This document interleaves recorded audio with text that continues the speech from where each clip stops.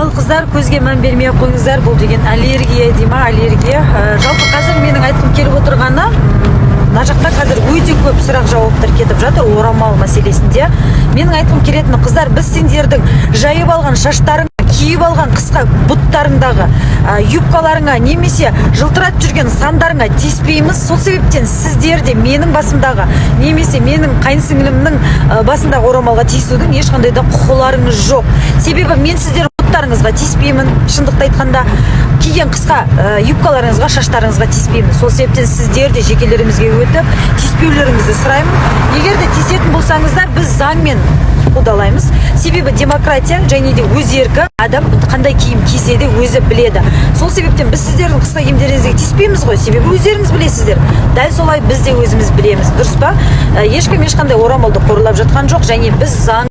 Бірақ тағы бір айтатыным, сіздер бұл өмірде оранбасаңыздар да, бірақ қабірге сіздерді телаңыз, сізді атыңызды аталмайды. Сіз өлгеннен кейін сіздің есіміңіз Асенат екені, есіміңіздің Гүлжан екені, Айгүл екені ешкім есіміңізді атамайды. Мұны Айжанды, Гүлжанды шомылдырайық та барып қабірге жатқызайық деп атамайды. Сіздің есіміңіз мәйіт болады. Сізді мәйіт деп атайтын болады. Және мәйіт деп атап қана қоймай, сол кезде сіз осы өмірде оранбасаңыз да сіздерді оранбай қабылданбайды. Қабірдің, жердің өзі сізді тыржаңалаш күйінде қабылдамайды. Ахмат аға оранбайынша, 25 метрлік Ахмат аға оранбайынша, жердің өзі сізді қабылдамайтын. Ұмытпаңыз. Сіз жерге де керек емессіз, тыржаңалаш күйіңізде. Бір сөзбен айтқанда, осы сіздің тіліңізбен айтқанда, голый күйіңізде сіз қара жерге де керек емессіз. Сол себептен қабірге де сіз оранып барасыз. Осы нәрсені ұмытпаңыз. Қанша жерден мен оранбаймын, өлсем де десең де, онда өле алдын бір жеріңді көрсетіп өле бер. Не қыласың? Өлесің ба? Міндетті түрде бір жерін көрсетіп өле бер, өз-өзіңе жауап бере алатын болсаң. Мен сендерге дін туралы еш нәрсе айта алмаймын, бірақ сендер біздің тарапымызға, яғни менің орамалыма жекеме өтпеулеріңізді сұраймын.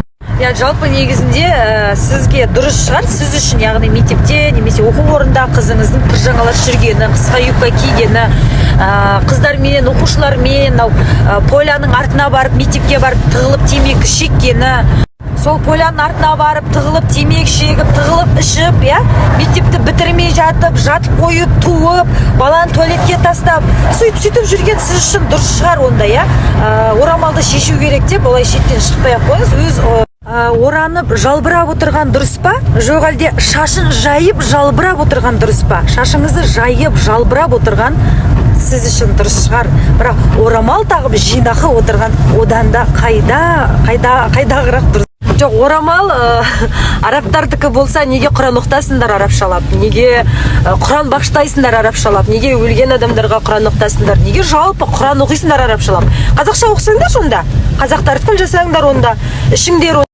Осы бір нәрсе айтатын кезде өздеріңдікін дұрыс қылу үшін әйтеуір бір жерден бір минус табасыңдар. Ойбай, орамал арабтардікі деп.